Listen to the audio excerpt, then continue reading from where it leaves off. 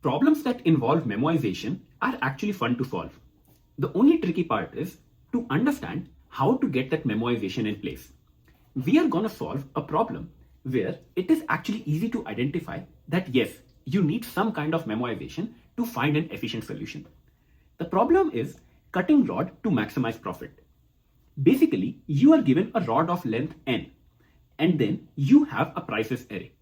So this rod has a length of 5 and then you are given different prices. It means that the rod of length 1, it can be sold for $2. If the length of the rod is 2, then you can sell it for $5, right? So this part can go for $5. If the rod of length is 3, then you can sell it for $7. If the rod of length is 4, you can sell it for $8. So you have to find a distribution such that you can maximize your profit. You can see that if I distribute this rod in parts of length 1 each, then how much will I get? I will get 5 into $2, that means $10. But there is a better way that I can sell. I can sell it in parts of 2 pieces each and then 1 piece each. So this goes for $5, this goes for $5, and this goes for $2. So the final price I get is $12. So this is much better than the $10 that I was actually getting. So that is what you are required to do in this problem. Given such a scenario, you need to tell me how can I maximize the profit. So let's see what we can do about it. Hello friends, welcome back to my channel. As soon as you start to attack this problem, the first thought that comes to your mind is, okay, how can I approach it in the most naive way? That is, you will try to find out every possible combination. First of all, you will try to cut the rod of length 1 and then for the remaining length, you are again gonna do a recursive loop. Next time, you're gonna try to cut it with 2 and then again a recursive loop. You will soon realize that this method isn't an efficient one. But at the same time, you also realize something very, very critical. That somehow you need to remember that, okay, if I have a rod of length 3, then what is the maximum price I can get for it? If my remaining rod is of length 2, what is the maximum price I can get for it? This is what tells you need some sort of a memoization. And how do you implement it? Let us look at the problem once again. This is my rod length, correct? I have a rod of length 5. Now, these are all of the prices. It means that the rod of length 1 can go for $2, the rod of length 2 can go for $5, and so on. You get the idea. We just have to find a good distribution. So all of these lengths are available here and these are the prices. To do some kind of a memoization, what I have over here is a matrix. In this matrix, I am tracking the length of the rod at each of the cells, and over here in the columns, I am trying to find out what is the allowed lengths that I can cut. So this means that for this particular row, I am only allowed that I can cut a length of 1. So now let us try to populate this matrix and eventually you will understand everything. So first of all, I say that, okay, my length of the rod is 0. Can I sell anything? No. So I can simply write down a 0 over here. If I don't have any rod, what will I sell? Nothing, right?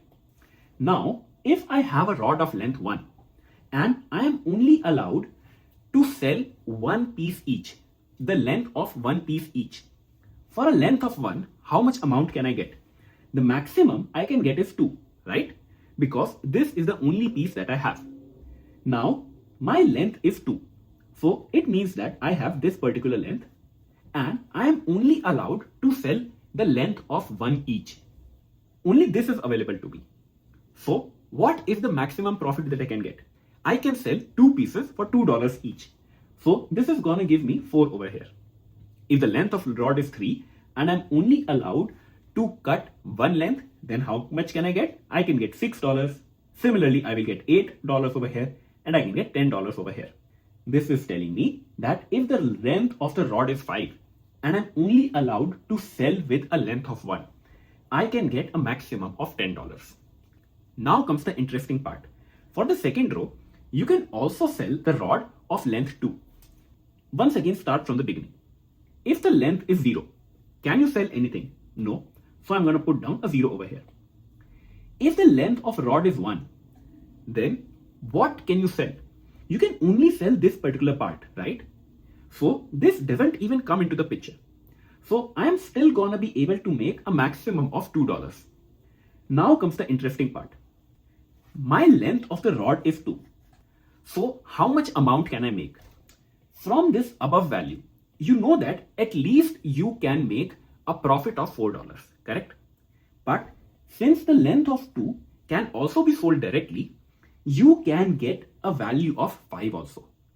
So what are you going to do? You are going to compare this value with this value and keep the largest value. So over here, I am going to write down 5. Just wait for a little while and everything will become clear to you. Now look at the length of 3. If the length of the rod is 3, you know that yes, you can achieve $6, but now you can also sell it with part of 2 and then a remaining part. Don't worry about the remaining part. If you sell a part of 2 over here, then this goes for $5. And then how much you are remaining with? You are remaining with a length of 1. That means $2. So 5 plus 2. So either you can sell it for $7 or you already had $6. What is the larger value? The larger value is 7, so you're going to put down 7 over here. Basically, you are storing that if the rod of length is 3 and if I'm allowed to sell 1 part or 2 parts, then this is the maximum value that I can get. Just keep going further. Now, the length of rod is 4. Now, again, there are multiple ways to sell it. If you had to sell it with just the length of 1, then you could have got $8, right? So that is probably candidate over here. But you can also cut a length of 2 and then look at the remaining one. If I cut a length of 2, then I get $5 for this. Now go back 2 places. What do you see over here? For a length of 2, and if I'm allowed 2 cuts, how much profit can I make? I can make a profit of 5. So 5 plus 5, and that gives me $10. So out of 10 and 8, what is greater? 10 is greater, so I'm going to write down 10 over here. Now look at the case when the length is 5. If the length is 5, you already know 10 is a possible candidate. But you can also try to cut a length of 2. So that goes for $5, and now you have a remaining length of 3. So check this value. You have 7. So 7 plus 5 is equal to 12. So out of 12 and 10, what is greater? 12 is greater, so I'm going to write down 12 over here. So far, what do you understand? If the length is 5 and I am allowed 2 cuts, then I can make a profit of $12. Similarly, now let us look at the third row. This time you can make 3 different cuts. Start from the first value. First of all, if the length is 0, I cannot sell anything, so it will be 0. Now, if the length is 1, what is the possible profit that you can have? You can have a profit of 2. So I simply write down a 2 over here. If the length is now 2, even then I cannot cut a length of 3. So what is the maximum profit available to me? That is 5. So I write down over here. If the length is 3, now things become interesting. Can I cut a length of 3? Yes. But if I came via this route, then what was my profit? My profit was 7, but I still need to check.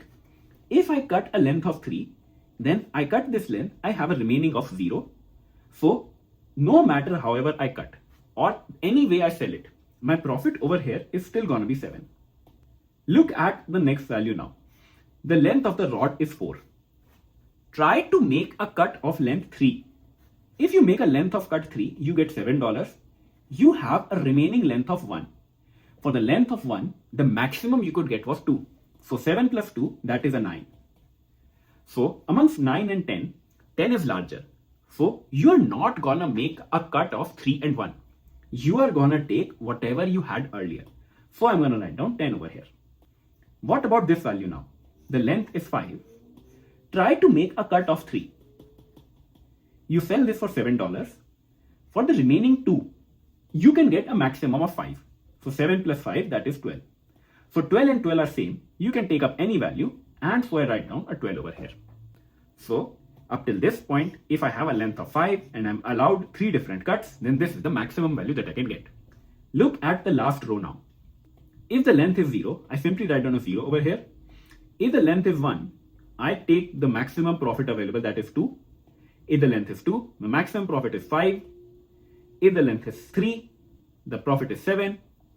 If the length is 4, now again I need to check. Can I make a cut of 4?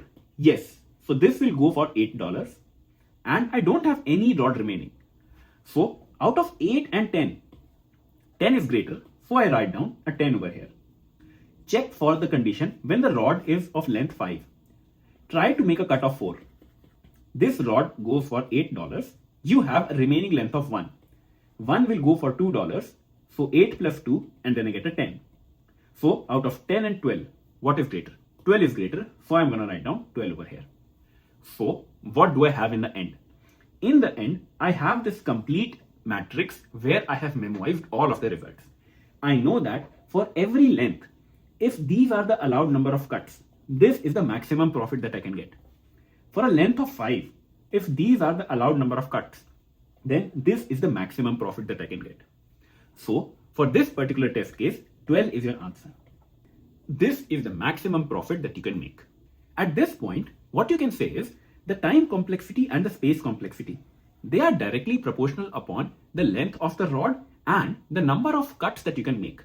So the time complexity becomes order of m cross n, and the same is the space complexity, order of m cross n, because you need this space to memorize all of the results and look back to find out, okay, for this particular situation, what was the maximum profit that I can get? Now, let us quickly do a dry run of the code and see how it works in action. As you might be already expecting, the code for this solution isn't very tricky. Basically, you have a method called cut rod and you just have one input argument, because this is defining that for each of the length, what is the price. I create my DP array and then I create all of these memoized results. This is causing me the m cross n time complexity. And for every cell, what do? I try to find out the maximum value if I include the current piece or if I don't include the current piece. This is where the math.max comes in. Either I pick the value right above or I try to pick the current price plus what happens if I am looking at the memoized result. Whatever is the maximum value, I'm going to store that. If I am unable to cut that part, if you remember, when the length was 4, then you cannot cut a length of 1 or 2 or 3. So what do? Simply copy the value from above. This will continue on, your matrix will be populated, and at the very end, you can just return the very last element that you have available in your memoized array.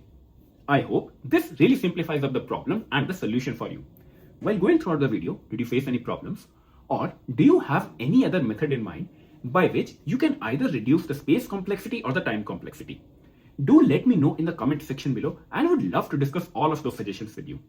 If you found this video helpful, please do consider subscribing to my channel and share this video with your friends. This really keeps me motivated and I can make more such videos. Also, a huge shout out to all of the members who support my channel. You guys really keep me going. As a member, you do get priority reply to your comments and early access to new videos as well. And also remember that now you can schedule a one-to-one session with me and we can discuss about almost anything. You are going to find all of the relevant links in the description below. Stay tuned for my upcoming video. Until then, see ya.